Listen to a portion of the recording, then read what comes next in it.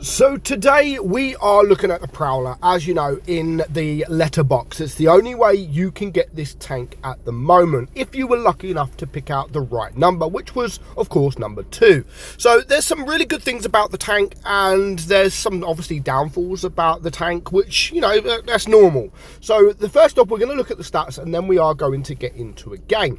So the best things about the tank, or let's just talk about the tank in general. So the mechanics, as you can see, it has 3 different mechanics. The track regenerator. So basically what this is, when a destroyed track is restored, well, when a destroyed track, it restores twice as fast. So it's about 1 second, kind of like the Dracula. Well, as you can see, the picture of the Dracula, I didn't realise that. And of course, then it has the emergency track as well. So that allows you to reverse at a speed of 7 kilometers per hour if the main track is destroyed, which is a very good thing to have, especially if you're on a ridge or just near a corner. You can still back up around that corner. And of course, the combat stabilisation. So basically, what that is, if you can move forward at a forward speed of no more than 15 kilometers an hour, or at a reverse speed 15 kilometers, and then the aiming circle remains the same. Now, I don't like this mechanic. I think it's useless, but that's my personal opinion.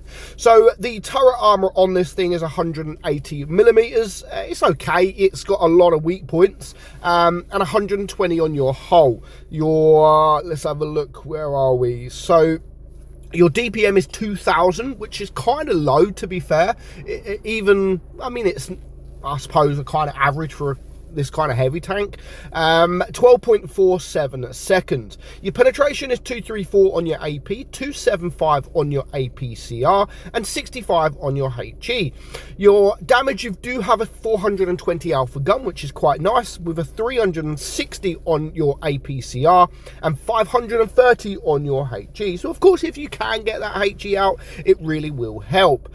Aim time is 4.7, so not great aim time there, and your gun dispersion is 0.349. You have a 7 degrees of gun depression with a top speed of 43 kilometers per hour, but only 10 in reverse. So stat wise, it's kind of average. It really is kind of average. But what also is good about the tank is all the consumables and the provisions that you can have on this tank. So if you wanted to, you could add the sandbags, which allows you to have more hit points. You could have the improved gunpowder, which better shell velocity, or of course you could have the usual oils, etc, just to make your tank a little bit better. But that's not it. The consumables are equally as good. There is so much to choose from.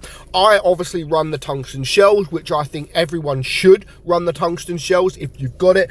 But you could also run reactive armor. You could also run reticle calibration, the special speed boost as well. So you have a choice, and whatever choice, it's up to you. There's no right or wrong.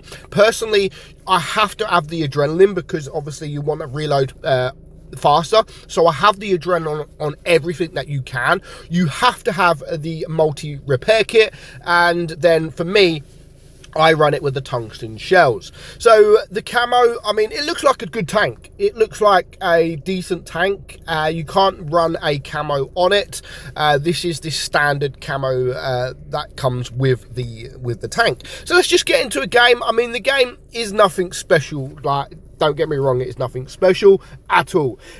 You will struggle when you come up against tier 9s. It's one of those tanks. I mean, look at the hatch on top of this tank. It is absolutely massive. So if you are in a hold down position, you will be able to get penetrated quite easily, which you're going to see in a short moment. And again, because of the aim time, the dispersion, make sure you aim your shots, because look at this. I even used the tungsten shells, and I should have just took that extra second to aim that shot, but stupidly what I normally do, I mean, you're going to see me get penned in nice and easy.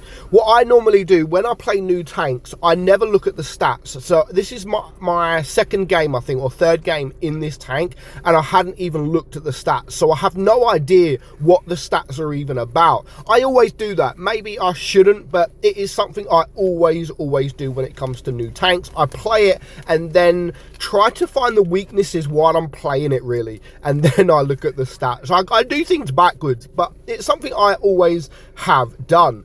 So far, I mean, nothing to write home about. 1400 damage. We are losing. There's many tanks around here, and at the moment it's just about being a little bit patient. Now, where I say make sure you aim your shots, because again, there, I don't even know where that shot went. I don't know if it hit the rock in front of me or the dune in front of me. I don't know. It just disappeared. I'm not too worried about this AMX here. He's not causing me any problems, so I can just leave him there, really. And if he decides to come over, there are a couple of tanks around here, and he gets impatient here, the AMX. He does get impatient. Now, this defender, he is with me, and now he's shooting that AMX has decided to come forward. Now, stupidly, he bounces first shot. I then push him up so he can only see his turret, and then he does die. But sadly, the defender does die, and but at this point, I mean, it's a 4 versus 3. There's a couple of low hit point tanks. I'm not too worried. Even if I get shot, to be honest, I'm not that worried. Even now, a 3 versus 3. Take care of that guy. What a shit shot that was. That was my fault. That wasn't the tank's fault. That was my fault for being an absolute noob. But you know what?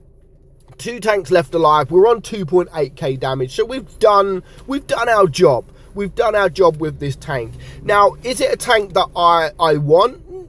Not particularly. It's not a special tank. It's not one of those tanks where people will sit there and think, I really have to have this tank. Now, of course, if you were lucky enough to get number 2 in the mailboxes, then you would have got this tank for absolutely free. However, people will still want the number 1, because that is like over 200,000 gold. Sadly for me, I have no mailboxes, so I'm not going to get any of these tanks, really. But you know, I haven't been playing at all, really, over this Christmas period, but it is what it is. So 3.3k damage, only a second class. Obviously I got given a duck, which I don't mind. So yeah, if you get the tank and it's free, why not? It's a free tank that you may potentially get if you was lucky enough. So let me know what you think of the Prowler. It's again one of those tanks that if you was lucky enough to get, then yeah, well done, I suppose. So, and again, the only way you can get this tank is in these mail boxes. So basically you get, there's all these numbers. So as you can see, number 1, 202,600 gold if you was lucky enough to get that number. Number 2 is the Prowler. Number 3 is a massive container, and then after that it just sort of goes downhill, really. Yeah, that's basically it. So not the mystery boxes. So mailboxes contain 1 of 26 letters with 100% drop chance. Letters may provide 500 to 5,000 gold or an alpha predator certificate. May also contain 1 of lucky 3 letters, a small drop chance. Lucky letters may contain the new tank Prowler, a massive container, or 202,000 gold. If you receive letters, keep them until the Jingle Shells stream starts. Watch the event relative stream and learn which rewards you've won. So lucky letters can be exchanged for special rewards immediately. So yeah, it's already happened, I believe, the stream.